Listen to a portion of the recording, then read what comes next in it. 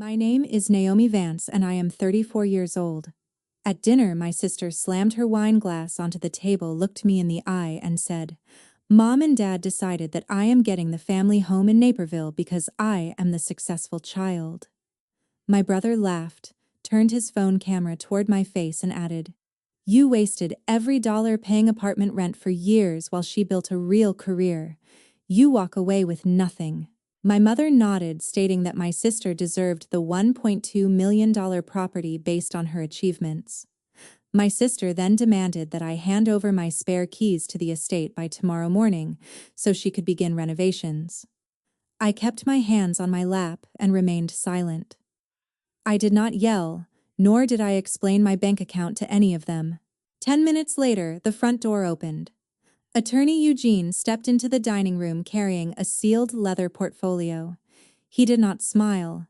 He placed the folder directly in the center of the table, looked around at everyone, and said, "Before anyone signs or moves anything, there is a legal document you need to hear. If you want to find out what happens next and uncover the secrets behind this family conflict, please like, subscribe, and hit the notification bell to support our channel for the upcoming episodes." 3 years ago, when my father Victor's health began to decline, he requested an audit of our family business accounts. Attorney Eugene spent 2 weeks reviewing the financial statements alongside my father in his home office in Naperville. During that review, they uncovered a series of unauthorized bank withdrawals totaling over $100,000. Attorney Eugene tracked the destination accounts and confirmed that the funds had been transferred directly to pay off personal debts accumulated by my sister Sabrina and her husband Darrin. My father sat behind his desk holding the bank statements in his hands. He looked at Attorney Eugene and asked what legal options were available to secure his remaining assets. Darrin operated an independent real estate venture that was rapidly losing money, and my father knew they would eventually look for larger assets to leverage. His biggest concern was the family estate, a 4-bedroom property in Naperville, valued at $1.2 million. He refused to let the property become collateral for their reckless investments. The following afternoon, my father called me to Attorney Eugene's office in downtown Naperville. Attorney Eugene placed a set of real estate transfer documents on the desk, including a quitclaim deed and property tax registration forms. My father explained the situation with the business accounts and stated his decision. He chose to transfer the full title of the Naperville home directly into my name through a recorded deed. He looked at me and said, "Naomi, I am placing this property in your hands because you understand the value of financial responsibility. If Sabrina learns about this transfer now, she will turn this family into a battleground while I am still alive." Attorney Eugene handled the legal filing with the DuPage County Recorder of Deeds office, finalizing the ownership transfer under my legal name, Naomi Vance. My father asked me to make a promise. He required me to remain in my rented apartment in downtown Chicago, continue my routine, and keep the property transfer completely private until the legal timing required its disclosure. I agreed to his terms. I signed the official closing documents alongside Attorney Eugene and accepted the primary deed paperwork. I moved back to my rented unit, paid my monthly rent on schedule, and never mentioned the Naperville estate to my mother, my brother Troy, or Sabrina.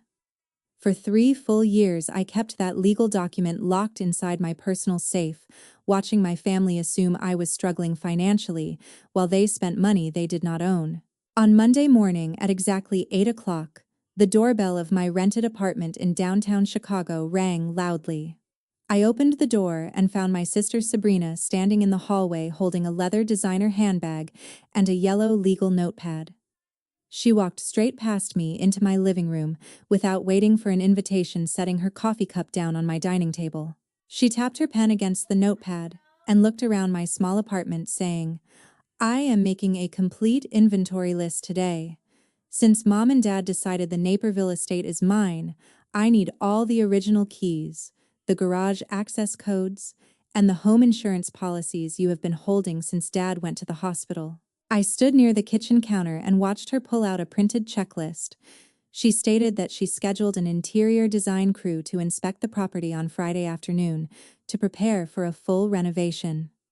She planned to strip the original oak woodwork, replace the furniture, and list the valuable antique pieces for liquid cash. Sabrina turned her notepad toward me and said, "You lived in this rented unit while I managed my own career. You do not need access to a 4-bedroom house anymore. Hand over Dad's original desk keys and the master bedroom passcodes right now so I can clear out his personal belongings." I kept my arms crossed and maintained a steady gaze. I did not raise my voice, nor did I reach into my drawer to give her any documents. I looked directly at her and replied, "Sabrina, Mom can say whatever she wants at the dinner table, but you do not own that property yet. I suggest you consult attorney Eugene before you hire contractors or spend money on renovations." Sabrina laughed, dismissing my words with a wave of her hand. She wrote down a few notes on her pad, assuming my response came from bitterness over my financial standing. She stepped closer to the front door and said, "Attorney Eugene works for the family, Naomi. Once the paperwork is processed, everything inside that house belongs to me. If you refuse to give me the keys today, I will bring a locksmith to the property on Saturday morning and drill out the old locks myself." She walked out into the corridor and let the heavy apartment door slam shut behind her. I stood in my living room, took out my phone, and dialed attorney Eugene's direct office line to inform him of her upcoming plans. On Saturday morning at 7 o'clock, a commercial locksmith van pulled into the driveway of the Naperville estate. My sister Sabrina stepped out of her SUV alongside her husband Darrin. Darrin carried a clipboard with fake authorization notes while Sabrina pointed toward the heavy front door, ordering the locksmith to drill out the deadbolt cylinders immediately. The locksmith unpacked his power tools, set his equipment case on the stone porch, and began drilling into the brass lock mechanism. Within 10 seconds, the property's security system triggered. High-decibel alarm sirens blared across the front yard, flashing red lights along the roofline, and automatically dispatching an emergency signal directly to the local Naperville Police Department. Darrin grabbed the locksmith's arm, telling him to bypass the control box. Sabrina shouted over the siren, insisting that as the primary family heir, she held full legal authority to modify the entry locks. My car pulled onto the gravel driveway 30 seconds later. I stepped out, walked up the front steps, and approached the keypad panel beside the main entrance. I entered my 6-digit master security code, disabling the alarm system instantly. Silence returned to the porch. Sabrina stepped into my path, pointing her finger at my chest, and said, "You have no business being on this property, Naomi. I am calling the police right now to have you removed for trespassing." Darrin stepped forward, adjusting his suit jacket, and added, "We have work scheduled today. Hand over whatever access codes you have and leave before the officers arrive." I opened my leather briefcase and retrieved a blue stamped document folder. I pulled out a certified copy of the recorded quitclaim deed, complete with the official seal of the DuPage County Recorder of Deeds office. I looked directly at Sabrina and Darrin, holding the document at eye level. I said, "You should probably check who the registered legal owner is before you attempt to break into another property." Darrin snatched the paper from my hands and scanned the top header. His eyes dropped to the execution date from 3 years prior, reading my full name, Naomi Vance, listed as the sole title holder of the $1.2 million estate. Sabrina grabbed the document from his hands, turning the pages rapidly to locate our father Victor's signature, alongside attorney Eugene's notary stamp. I unlocked the front door using my personal smart key, stepped inside the foyer, and looked back at them. I said, "This property is registered under my name. Pack your tools and clear this driveway immediately." At 9 o'clock that evening, Darrin's SUV pulled back into my apartment complex parking lot in downtown Chicago. He stepped out of the vehicle alongside Sabrina and walked quickly toward my building entrance. I opened my apartment door after hearing 3 heavy knocks. Darrin held a manila envelope filled with private lending documents and set them on my entryway table without taking off his coat. He leaned against the wall, pulled out his phone, and opened a series of urgent text messages from a commercial finance company in Illinois. 2 months prior, Darrin and Sabrina applied for a $200,000 high-interest loan to cover Darrin's failing real estate investments and secure a deposit on a luxury vehicle. To satisfy the lender's collateral requirements, Darrin submitted outdated property records for the Naperville estate, claiming my father Victor held full title and agreed to act as a guarantor. Darrin pointed at the loan summary statement and said, "The lender's underwriting department called 2 hours ago.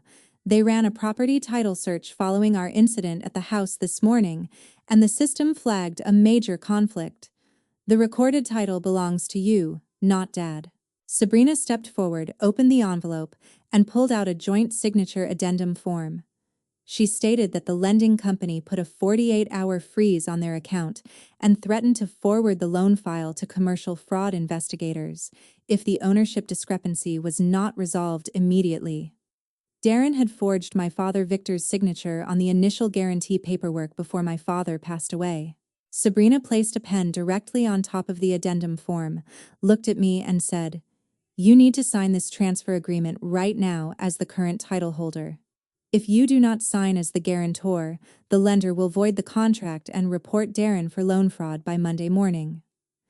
Darrin added that they already spent $80,000 of the advanced credit line and could not repay the balance without liquidating assets. I looked at the forged signature on the document, kept my hands behind my back, and did not pick up the pen. I looked directly at Darrin and replied, "You committed forgery on a financial application and used a property you never owned as collateral. I will not sign a single document to validate an illegal loan."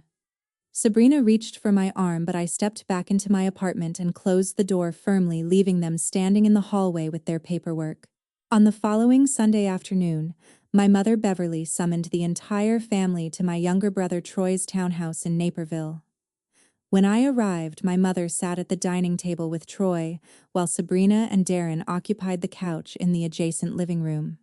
Sabrina remained silent, staring down at her coffee cup while Darrin kept his hands folded in his lap. My mother did not offer me a seat or a drink when I entered the room. She set a handwritten financial ledger on the wooden table and looked directly at me.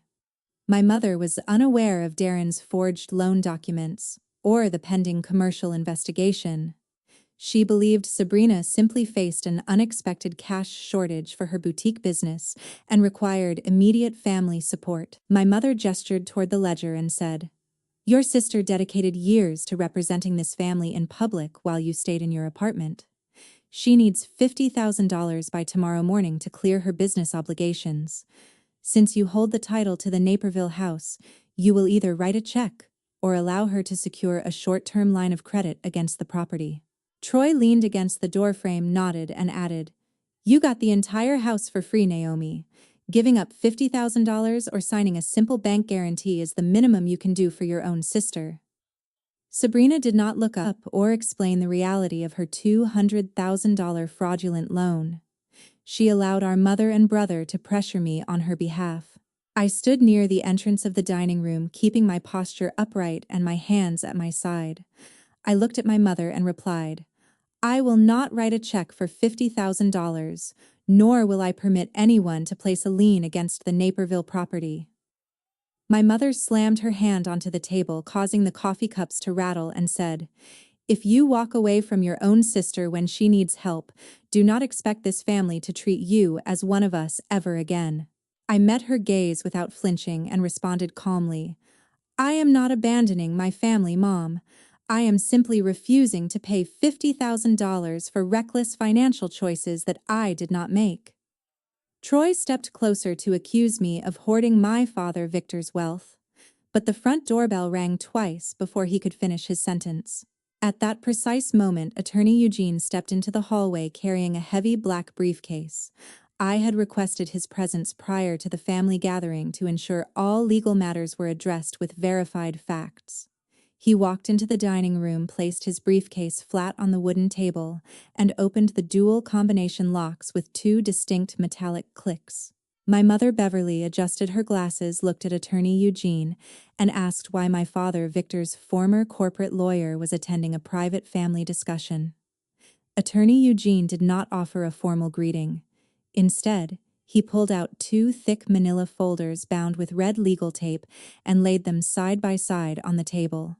He opened the first folder and looked at my mother, stating that before any money was requested from me, the family needed to review the certified financial audit from my father's business accounts. Attorney Eugene pointed to line-item bank statements spanning 3 years, revealing a systematic series of unauthorized transfers totaling $112,000. Each transfer went directly into an account registered under Darrin's real estate firm. Troy leaned over the table, picked up the bank printouts, and scanned the transaction records. His expression shifted as he recognized Darrin's business tax identification number printed on every single wire transfer receipt. Attorney Eugene then opened the second folder and pulled out the loan application submitted to the commercial lending institution. He displayed the loan agreement for $200,000, highlighting the section where my father Victor's signature had been forged alongside a falsified property deed for the Naperville estate. He explained that the lender's underwriting division had already flagged the file for criminal loan fraud and was preparing to forward the case to local law enforcement authorities. Attorney Eugene looked at Sabrina and Darrin, who remained seated in complete silence. He turned to my mother and stated, "Naomi is not refusing to assist her sister out of malice. She is protecting her late father's property from being seized to cover acts of illegal forgery and financial misconduct." My mother dropped the handwritten ledger onto the table. She looked at Sabrina, then at Darrin, and demanded an immediate explanation for the bank transfers and the forged documents. Neither Sabrina nor Darrin spoke a word, leaving the dining room in total silence. 6 months after that family gathering, the legal and financial consequences concluded through official court settlements. Following an extensive investigation by the Illinois Commercial Fraud Division, Darrin was indicted for financial forgery and loan fraud. To avoid state prison time under a negotiated plea agreement, Darrin liquidated his entire real estate company and sold his personal assets to repay the $200,000 credit line, alongside the $112,000 stolen from my father Victor's corporate account. Sabrina closed her boutique business to manage their legal expenses. She took an entry-level administrative job in suburban Chicago to make monthly restitution payments toward their remaining bank debts. My brother Troy sent a certified letter to my apartment, acknowledging his mistake in siding with Sabrina and offering a written apology for his behavior at the dinner table. My mother Beverly returned to her retirement residence in Naperville, choosing to step away from family financial affairs entirely. On a clear Saturday morning in September, Attorney Eugene met me at the Naperville estate to sign the final probate registry documents. With the estate completely cleared of all fraudulent liens and external claims, I officially packed my belongings from my rented unit in downtown Chicago and moved into the 4-bedroom house. I unlocked the front entrance using my master key, walked through the foyer, and stepped into my father's former home office. I placed a framed photograph of my father Victor on the wooden desk where he had signed the original quitclaim deed 3 years prior. Attorney Eugene handed me the updated deed registry certificate from DuPage County, confirming my sole legal ownership with 0 debt encumbrances. He looked at the room and said, "Your father structured this transfer with exact legal precision because he knew you had the strength to protect his legacy." I stood on the back porch looking out over the manicured lawn, keeping my hands resting comfortably in my coat pockets. I did not hold resentment toward my mother or my siblings, nor did I seek further reconciliation.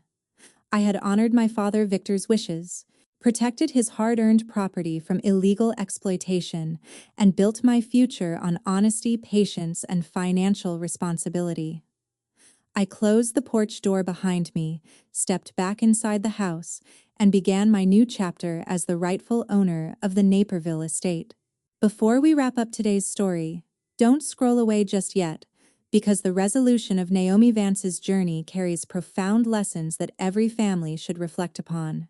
From a narrator's perspective, this story is not merely about a property dispute or a high-stakes legal victory. It serves as a powerful reminder of how financial greed can dismantle family bonds when integrity is sacrificed.